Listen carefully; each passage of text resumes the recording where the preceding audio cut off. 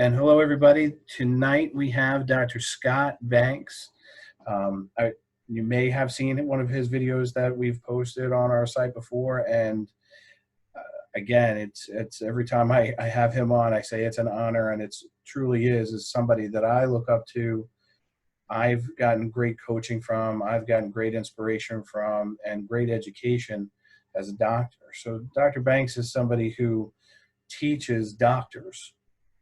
He does all, some lay lecture type stuff, but he's the teacher of me. So, and to have him come and be able to share time with us that he can go directly to you as a patient of ours, and to the public is really just a really special moment to have him on board. So, Scott, I know we have a lot to talk about tonight. I would love to praise accolades all over you for much longer, but let's get right down to business. Okay. I've called this Alzheimer's disease modern epidemic, which it is. I'm going to go right into the statistics. The statistics make that point, whether it is or not. I'll let everybody judge for themselves. Currently, there are more than 5 million Americans living with Alzheimer's disease. To give you a perspective, when this plate was made up, which was 5, 6, 7 years back, more cases of Alzheimer's in the United States than there are breast and prostate cancer combined. You hear a lot about breast and prostate cancer, and you don't hear nearly as much about Alzheimer's. When this was done, it was the 6th leading cause of death in the United States. It's up to 3rd now, and it's projected by about 2040, it will become the #1 cause of death in the United States. Very expensive. 2014, it was $240 billion projected cost of caregiving a year. That's going to triple in the next 30 years. It is a female-centric disease. About 60–70% of the patients are females. It does affect males, more common in females. More females are caregivers for the patients, typically men, and sometimes sisters and things like that, mothers. So it is a very pervasive thing on society. You tend to look now, it's 5.7 million cases in the United States. You tend to look at that and say, well, that's only 2% of the population, not much to worry about. But it is 12% of the population over 65 years of age, so it's up to 1 in 8 people. And this is going to increase by 2050 to 25% of that 65 and over population. 1 in 4 to 5 people will have the disease. So it's going in the wrong direction. This I stumbled onto in February. It's from a Blue Cross Blue Shield memo newsletter they put out on the trends they've seen in paying for diseases.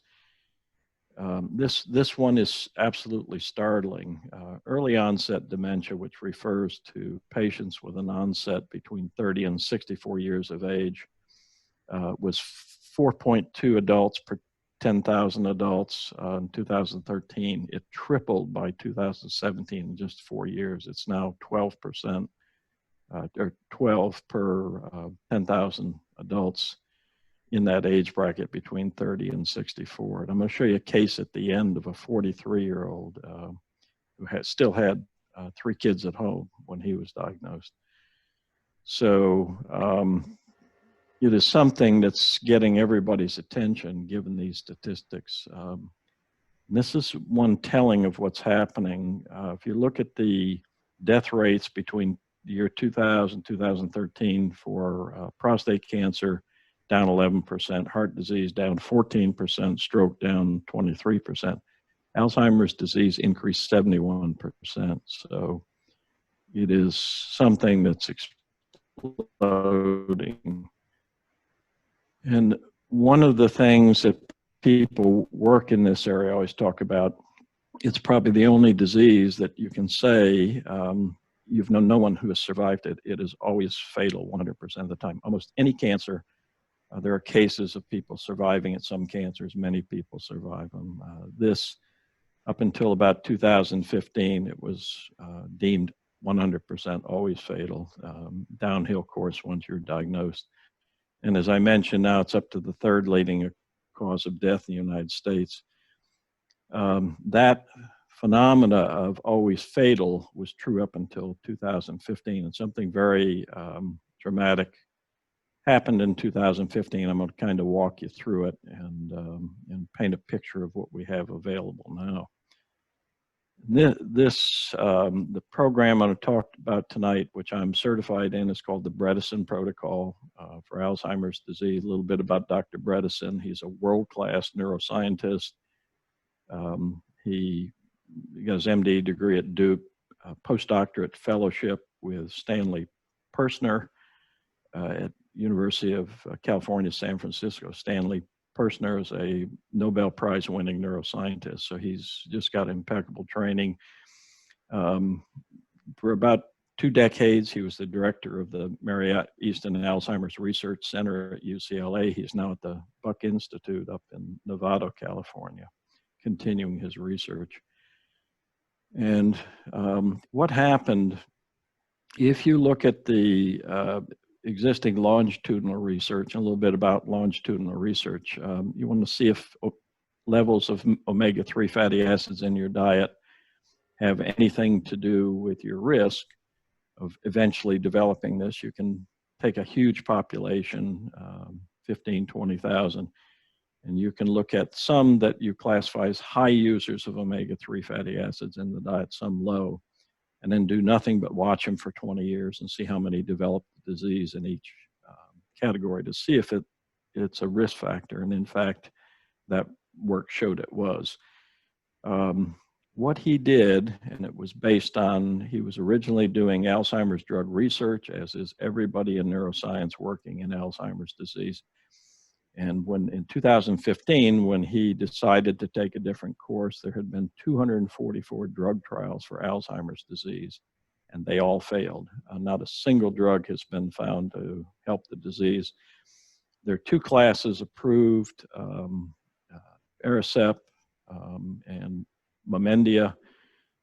They do not change the course of the disease. They soften your symptoms for about 6 months while you continue to go downhill. That's all we have. So his approach was looking at everything he could garner from the longitudinal studies about if people eat a more Mediterranean diet versus the typical Western US diet, are they at higher or lower risk? They're definitely at lower risk. And he gathered all of the lifestyle related literature on what relates to who's going to get the disease. And he decided to measure of everything that there's some good research on that could be involved in your risk of the disease. In this first batch, 10 patients, this was his study published in Aging in June 2016. Just 10 patients, measured 36 different parameters of diet, blood sugar, insulin levels, all of these parameters highly related to lifestyle. And then said, whatever ones are out of balance on these individuals with Alzheimer's, I'm going to put them on supplements and or correct their diet and lifestyle to try to correct those things. And let's see what happened. And 9 of the 10 patients had resolution. Some of them had full Alzheimer's. Some of them had minor cognitive decline, which is considered pre-Alzheimer's, which usually fairly quickly progresses into Alzheimer's. So 9 of 10 patients. And that's what got him interested in it. Now, look, I followed a lot of the research he was looking at. I also followed his research.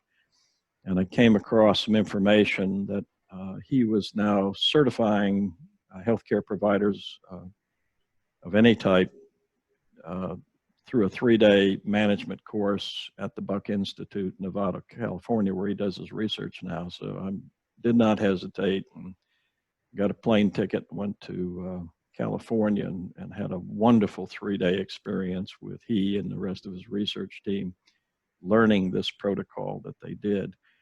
Since that time, a group, including Dr. Bredesen and other providers now certified in the protocol. Interestingly, when I was at the Buck Institute, there were about 120 of us in the certification program from all over the world, 2 or 3 from Australia, several from Europe, neurologists, psychiatrists, nutritionists, few chiropractors, a whole diversity of people, and they became certified in the protocol.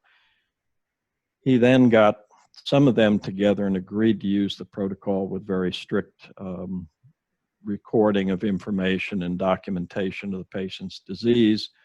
Patients were treated with the protocol, went through repeat neurocognitive testing at the end of 1 year, and he had the same 90% success. In this case, 100 patients now are reported in this study, and 90 of the 100 had a very good outcome with it. So I want to talk a little bit about the nature of the disease and where we went wrong with the research, and now where we're getting it right and showing some positive results with the disease. The original theory, this was done mostly on autopsy specimens. They would find this misfolded protein in the brain called beta amyloid. And the problem with misfolded proteins is they like to bond to other tissues, and in the brain they bond to neurons or nerve cells and help damage them. So it was thought originally that the beta amyloid was the first thing to happen, and that's what caused the loss of gray matter or brain cells in the brain. That leads to atrophy, which is the physical loss of brain structure, and I'm going to show you that in a minute. And then once you start losing brain structure, whatever those structures did, you're going to have symptoms. And typically in a classic Alzheimer's presentation, it will affect the temporal lobes. I'll show you those in a minute, and the parietal lobes. And those are areas where new short-term memories formed. And these people have some classic features. The most is called amnesic presentation, which is they have lost their short-term memory. They can't tell you what they did for breakfast that morning, but they can tell you where they went to high school 30, 40 years ago, because that's stored in a different area where we keep long-term memory. We have since found out with other testing available that this loss of dendrites and neurons, dendrites are little projections off the neurons that they connect to other neurons, and that's how you form knowledge, functions, memory, is neurons learn to connect to other neurons and kind of write a program through the brain. And in the disease, you start losing these connections between neurons, and then eventually the neurons die themselves.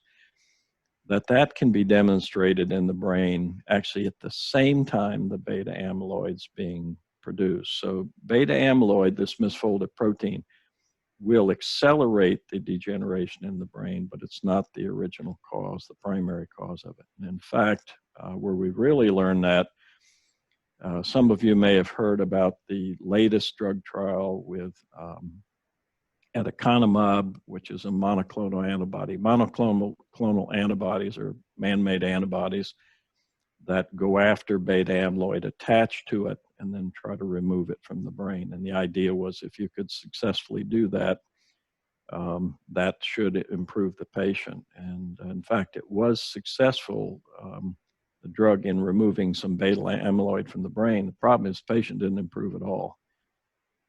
So the trials, they report outcomes about halfway through, and they were so discouraging, the trial was stopped. And in fact, a number of the companies that have been long participating in the drug research for Alzheimer's disease have abandoned it because they think it's fruitless to do that. So we can, to just show you that, if we look over here on the right side, let me back up, sorry about that.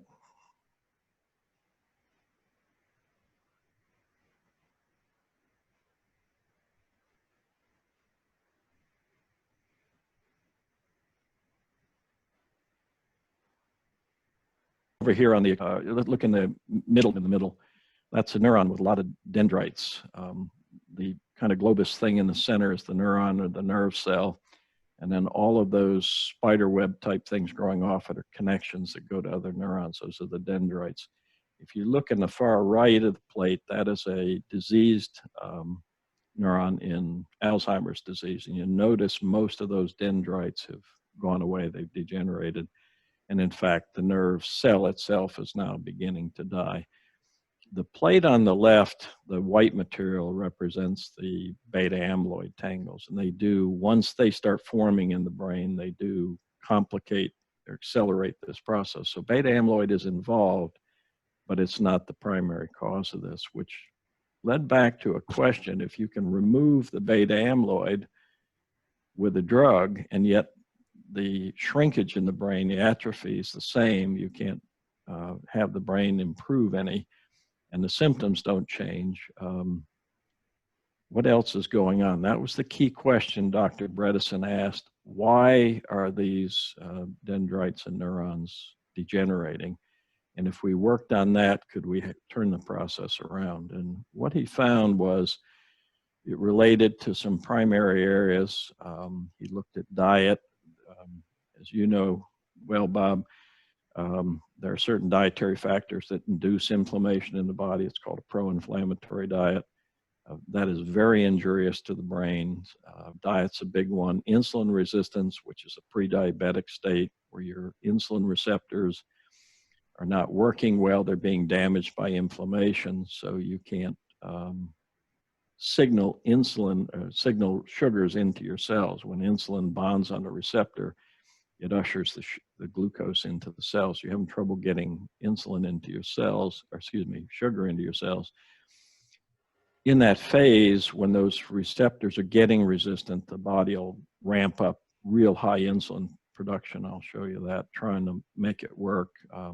Body fat is a risk factor, particularly in the center of the body, belly, hips, things like that. Not enough omega-3s, immune reactions against things in food like gluten, called food sensitivities. Stress is highly associated with this. We're talking about long, sustained chronic stress is definitely a risk factor. Other things that relate to a phenomenon called trophic withdrawal. Trophic effect are things that stimulate cells to grow and repair. And cells need a lot of things. They need hormones. They need particularly vitamin B12, B6, a B vitamin called folate, and then neurotrophins. These are things produced in the brain, chemicals that cause the brain to generate.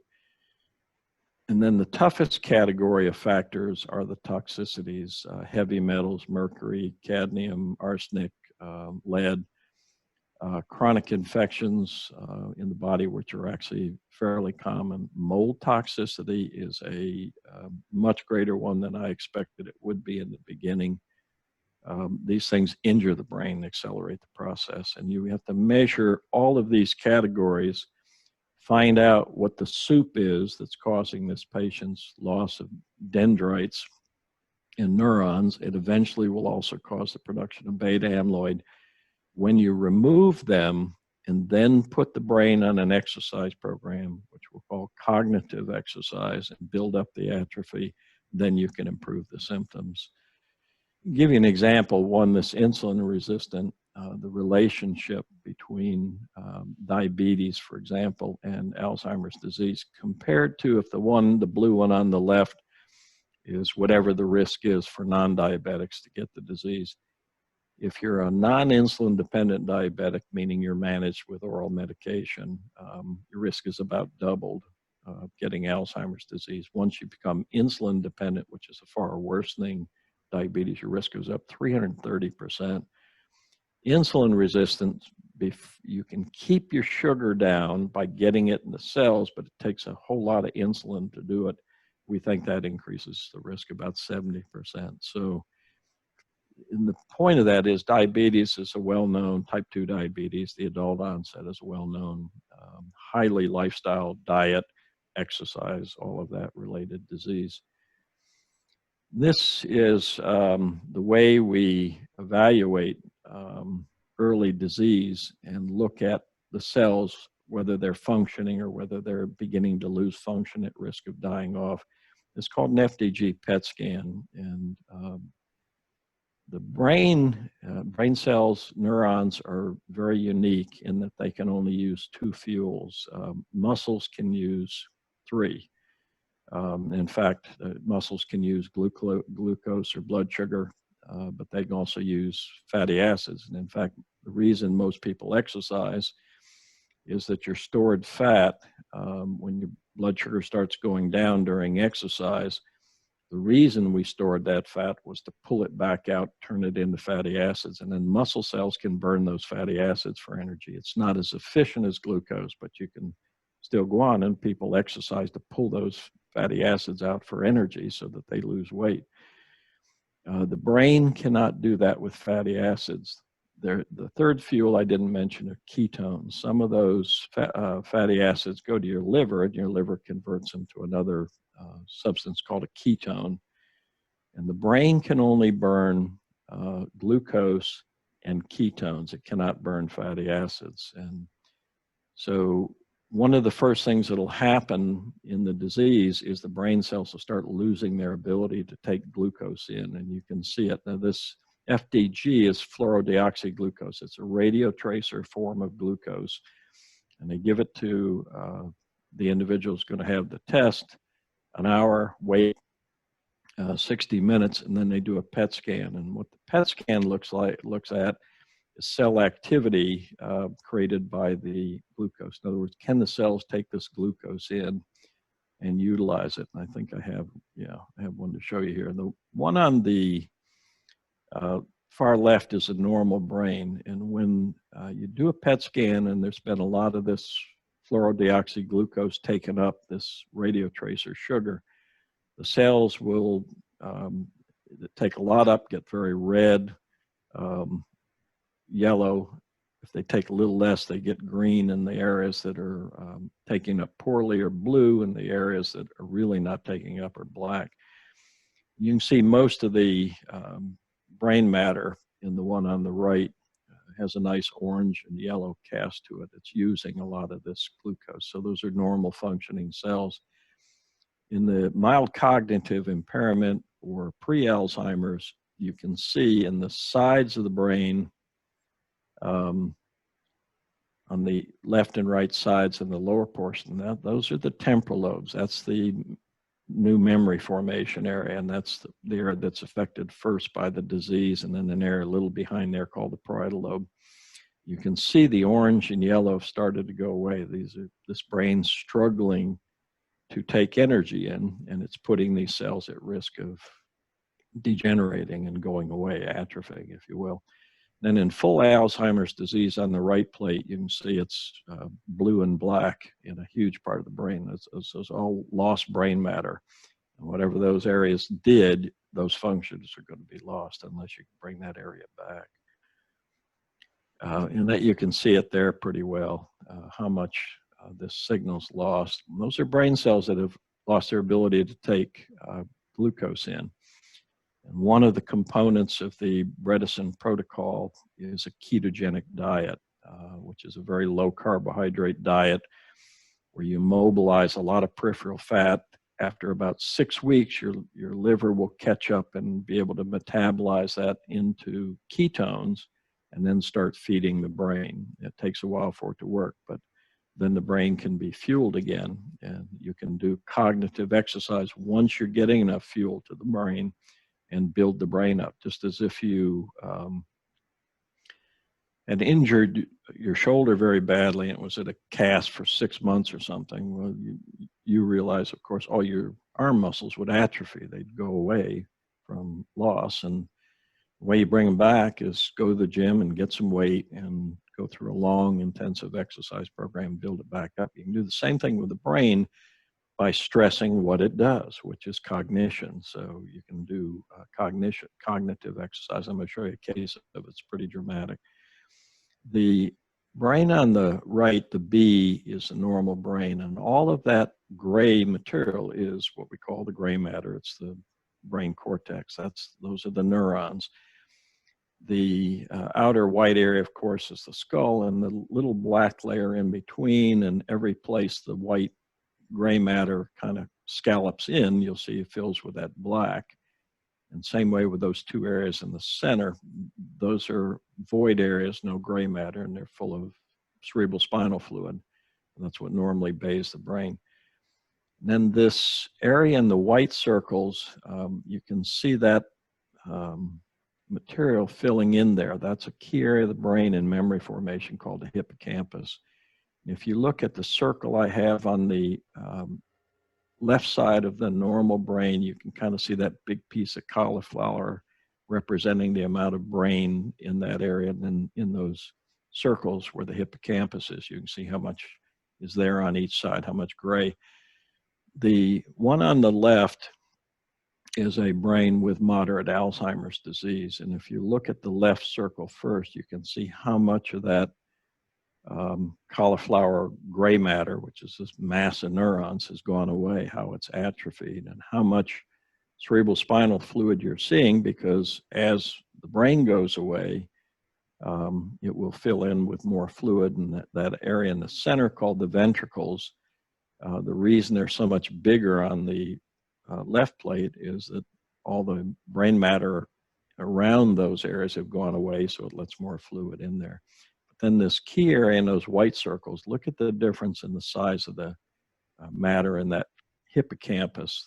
Look at the gray in there, how small it is compared to the one on the right. So, and this is what causes the symptoms. The brain is going away. It's literally the first MRI I saw of a brain with Alzheimer's disease, a patient about 10 or 12 years ago. It was late. It was in a really advanced disease. Her daughter brought her in a wheelchair. She couldn't speak.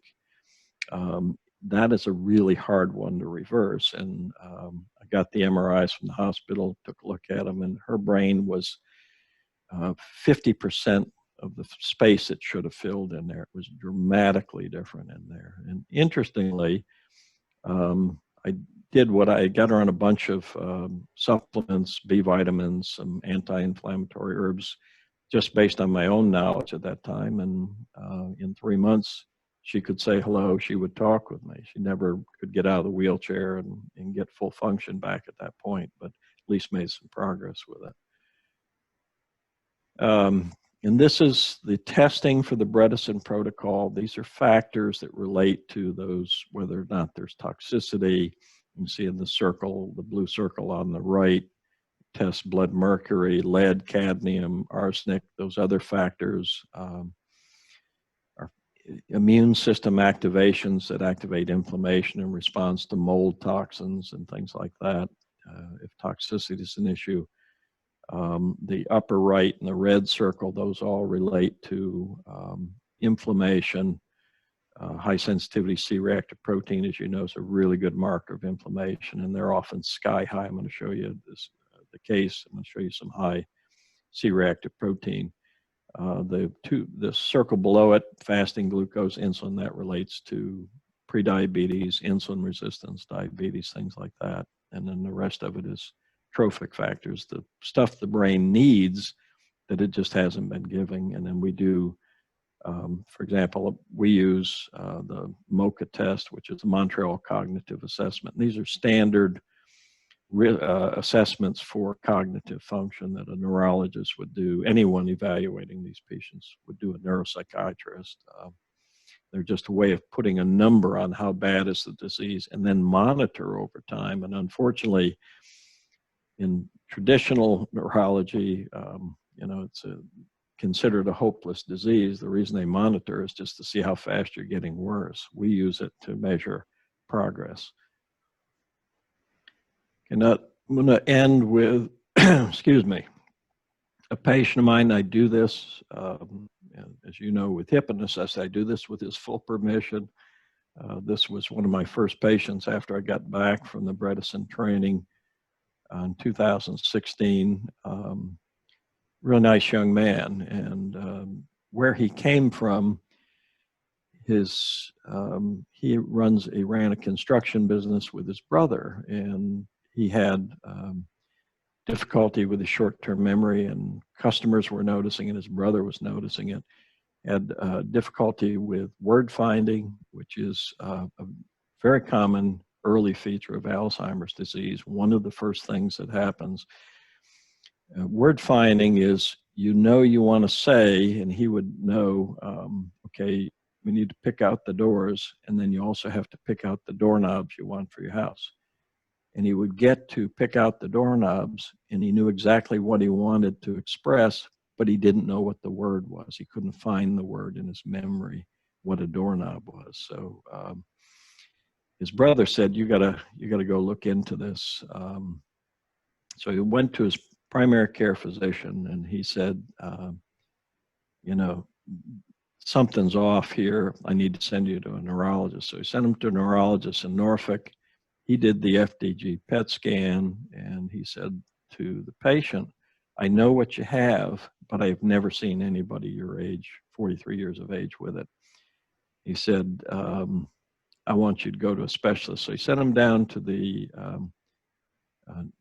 neuroscience program at Duke University. He saw a neurologist who specializes in neurodegenerative disease, and he worked him up, did an independent workup, and he said, you got Alzheimer's disease. And Chad's first question was, okay, what do we do about it? And he said, what you do about it is you go home and get your life in order, because you probably won't know who your family is in a couple of years. And he had 3 kids at home, early teens up through some later teens. He then somehow, several months later, got onto the knowledge about the Bredesen protocol and looked on Dr. Bredesen's sites for a practitioner, certified practitioner in the area. And at the time, I was the only one. So he made an appointment, came in. At the time he came in, his cousin had to bring him to the appointment, because another early feature of Alzheimer's disease is loss of what we call spatial orientation, which is he could get on the highway that he had done thousands of times to go somewhere. In the middle of it, he'd have no idea where he was and no idea how to get off and where to go. He had had a lot of trouble with spatial orientation, so his cousin had to drive him up for the appointments. Came in, we worked him up, got all his records, MRIs, FDG PET scans, all of that to review, and there was no question he had Alzheimer's disease. He wasn't pre-Alzheimer's. MCI was in full Alzheimer's disease. He had, like everyone, in the Bredesen evaluation, we evaluate about 36 parameters, mostly lab work parameters, looking for areas that are fueling this disease. And a typical patient may have 15 to 20 out of balance. So these are, people doing a lot of lifestyle errors that are taking a pretty heavy toll on the body. And it's not the same ones in every patient. The program you design specifically for each patient around what is out of balance on them, and get very targeted at those factors. And one of his dominant ones was inflammation. And this high sensitivity C-reactive protein, which in Alzheimer's disease needs to be below 1. He was at 301, about 3 times normal. A lot of inflammation in his body. And one of the problems with inflammation is it injures insulin receptors, and then you become insulin resistant. You can't signal your cells to take the sugar in and burn it up for energy, and that was happening to a large degree in his brain. In the early phase, when your pancreas is healthy, it'll just ramp up tremendous amounts of insulin production, kind of like if I send enough insulin out there, maybe it'll wake up those receptors. So you want fasting insulin below 7. His initial labs we did, which are in January 2017, you can see there it was 33.7, so pretty high. His triglycerides, now these are one of the problems with insulin resistance is if you can't use the sugar, the body tries to lower your blood sugar, so it'll send it to the liver. You turn it into a fat called triglyceride, you stick it over in the belly for later. Problem is you're constantly doing that. You just keep gaining weight.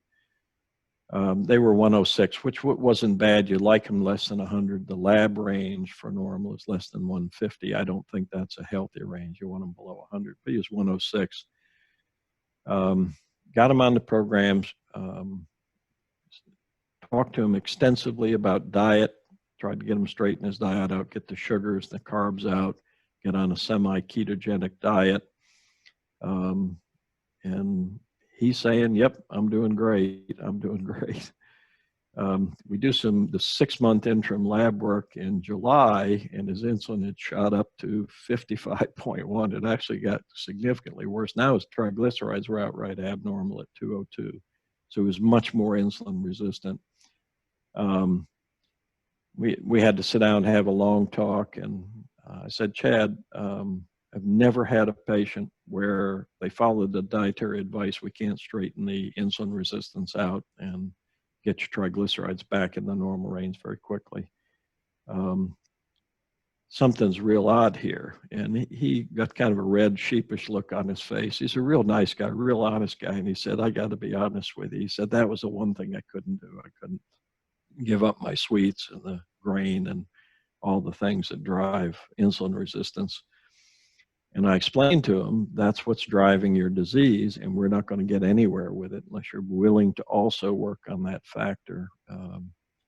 And he really made a commitment. Now, we redid the labs in just 3 months this time, got his insulin down dramatically to 12.9, triglycerides down to 82, but look what happened to his inflammation. It's the same dietary factors that drive the insulin resistance that cause the inflammation. So you fix a lot of things by straightening the diet out. 0.72 an ideal range, and I don't show it here, but we did another follow-up after the first of the years. Insulin was down to 6.5. You're doing great with it. His cognitive testing went back to normal. He's back doing some work. He's back driving, tickled to death. And he came to me and was so excited about he's just this kind of guy. He said, I want to be an advocate for other people about this. And so I said, well, I was going to do a seminar at our office on Alzheimer's disease. And he said, well, I'd like to come speak and tell it from the patient's perspective. And he did, and it was really went over well. Patients loved it, and he's helped other people who have the problem in his areas down in North Carolina to get where they need to be, to get the treatment, and encourage them and helps them if they need help getting to their appointments. He's just that kind of guy. So we are now, excuse me, 3.5 years out with him, and he has maintained full normal cognitive function, which I'll show you here in a minute. I'll show you right now. Now, this is Brain HQ. This is one of the things we do for cognitive exercise. It's an online brain training program. Want to build the brain up, you got to work it, and you undergo a phenomenon called neuroplasticity, which is neurogenesis, which is actually forming some new neurons, which you will do, and then neuroplasticity, which is teaching them to run dendrites and wire to others to have function. Now, I regret I didn't. He would do this at home. It's a service you sign up for. It's the best program out there for cognitive exercise. And he would do it, and I'd tell him at the end of the month, take a screenshot. Well, in the beginning, you tell somebody whose #1 symptom is memory loss to remember to, at the end of the month to take a screenshot of this.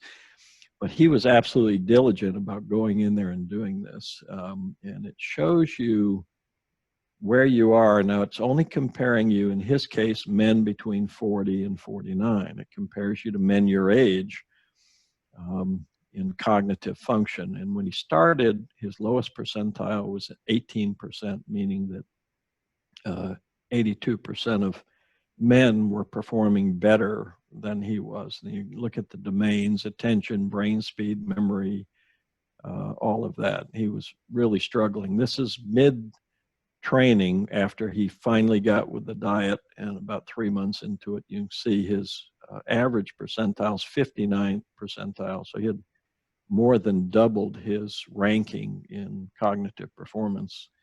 And then the one on the right, you won't see because I see our I think at least on my screen, the picture of you and me, Bob is covering that up. But you can look at his attention, 85th percentile, brain speed 80th, memory 80th. Those are pretty dramatic changes. So all of a sudden, he was in the top 20% of men in his age group. This is coming back in a little over a year from someone that could not work and could not function because he had lost so much function. He has maintained that, and he's really gotten the message. And one of the sad things we see is somebody will get very committed to making major lifestyle change, diet, exercise, take a lot of supplements, get the brain back. And as soon as they get there, it's like the patient that says to you, this has been an awful episode with my sciatica. These exercises are really helping. I'm not going to stop the exercises this time. And you see him 4 months later in another episode. How you doing with the exercise? Oh, I was doing so well I quit doing it.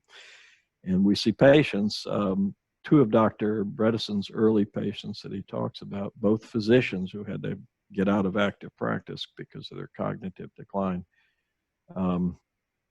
went through the program and then did fantastic, went back in practice, and then let the diet slack, started regressing back, and both of them were smart enough to get right back to it and get in. Chad stuck with it, and I always tell people, if the diet and lifestyle and exercise you were doing before got you to this place of having the disease, why would you think going back to it would have a different outcome this time? So, and this is a quote from Dr. Alzheimer. Alzheimer's dementia is not a mysterious, untreatable brain disease.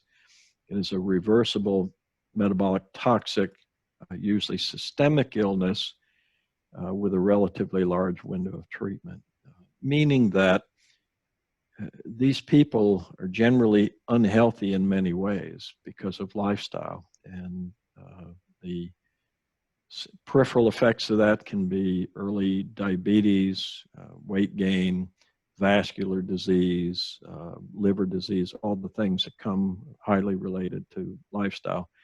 The brain appears to be just another part of the body that can be injured by the same stuff. And I always tell people, this is the greatest thing about this. If you said, I want my brain fixed, but I like being pre-diabetic, I don't want you to change that. I like having early vascular disease, my triglycerides being sky high. I don't want you to change that.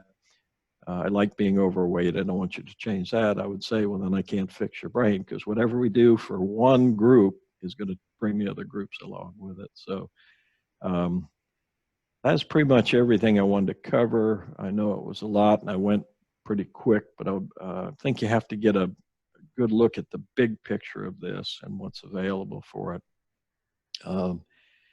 And we spend a lot of time in patient education during the visits, because with complex programs, they have to be highly knowledgeable about what they need to do to get motivated to do it. So we build their knowledge and things as they go. So in something like this, you can only do kind of a preview to show people that there is some help out there. I think just to have some hope, like you opening this conversation up in the beginning, is the only disease that 100% death rate. Knowing patients and families that have dealt with this condition and disease, and from us constantly being taught the links between poor lifestyle choices and a lot of these diseases that we're ending our lives early with. And even now, lifestyle choices and its obvious effects on what's happening with its comorbidity with the COVID-19 virus. And there's a huge lesson here, Scott, and I appreciate you giving us the time to go through it. And I love this, the ending conversation. Like this is not a thing that's going to just affect your brain. It's going to affect how everything in your body functions if we can make better lifestyle choices. And to know there's a specific program out there for that you can do, with patients and test them and know exactly what direction to go is just, I mean, I'm sure it's going to be life-changing for people. Yeah, it's at least it gives them, they still have to make a decision. I mean, generally the visits are done with two people, the patient and a caregiver, because many of them, you can explain to them what you want them to do with diet, and they won't remember it by the time they get home. The other is you can't have two diets in the house. I learned that very early. If you get somebody that needs to do this for their diabetes or their brain or whatever, and the other one, the spouse says, well, I'm not going to eat like that, they're bringing different food into the house, it never works. It absolutely won't. So I always tell the patient, you're the person who will have the second hardest job in the world to do this, and you're going to have to do it, and you're going to have to stay with it. And I look at the caregiver and I say, you're going to have the toughest job in the world, because sometimes, thankfully, most of them are very supportive of their person they're there with, and are willing to do it for that reason, and they see the utility in it. That goes well, but sometimes the caregiver's not on board, and there are occasions when the caregiver is all in, but the patient just will not cooperate. But there is help. It just it takes a lot of work, and you made a great point. I'm telling my patients the most learnable lesson out of this issue with the COVID-19 epidemic or pandemic, the infection, is that it ranges from mild to serious and, in fact, deadly. And the serious and deadly has a tremendous predilection for people who have many comorbidities. Diabetes is a huge risk for having a bad outcome with the COVID virus. All the stuff we just talked about. So these things, we've had the swine flu, SARS, MERS, H1N1. We are not going to see these very aggressive viral infections not popping up in the future. And what's happened with this one is we probably have the unhealthiest population we've ever had going into an epidemic. And right. We're seeing the toll it takes. So, the message I tell people is, I think one of the great things, it's a really dark, unfortunate circumstance, but we always take some good out of it when they're over. And I think the good we're going to take out of this one is we need to get healthy as a society to have a chance of surviving in this world we live in. That's the bottom line. And I agree with you 100%. My message to my patients is exactly the same. Is that now is the time that we need to make lifestyle choices. Yep. Never been in our face more than it is right now, I believe. Unfortunately and ironically, it's a lot of the things that are being recommended to stay at home and what people are choosing to do. There are some that are exercising and losing weight and taking the opportunity to make good lifestyle choices, and there are other people that are just on the couch watching Netflix and gaining weight like crazy and becoming so much more inflamed that it's incredibly dangerous to their bodies. Yeah. And it's vulnerable when they do go out. Yeah. One of the, along that lines, one of the guys I went to high school with, who I'm still connected with on Facebook, just big roly-poly Italian guy, and he just loves life, loves eating, loves food and all that. He didn't make any bones about it, but he put a post up that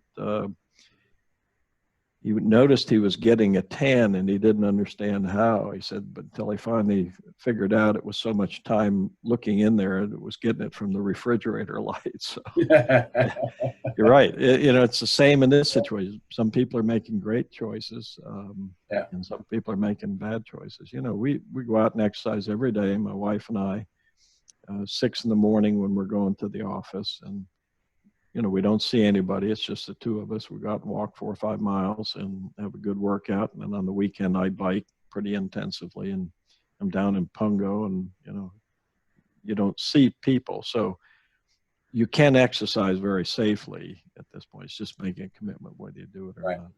You're still going to the grocery store and making choices. Absolutely. Yeah. All right, Scott. Thank you. Thank you. Thank you. I know taking away from your time and your family time to do this for myself and my patients. And of course, I'll get you a copy of this if you'd like to use it for your website or anything you want to do with it in the future too. And I'm incredibly grateful. And I definitely look forward to us doing more things together in the future.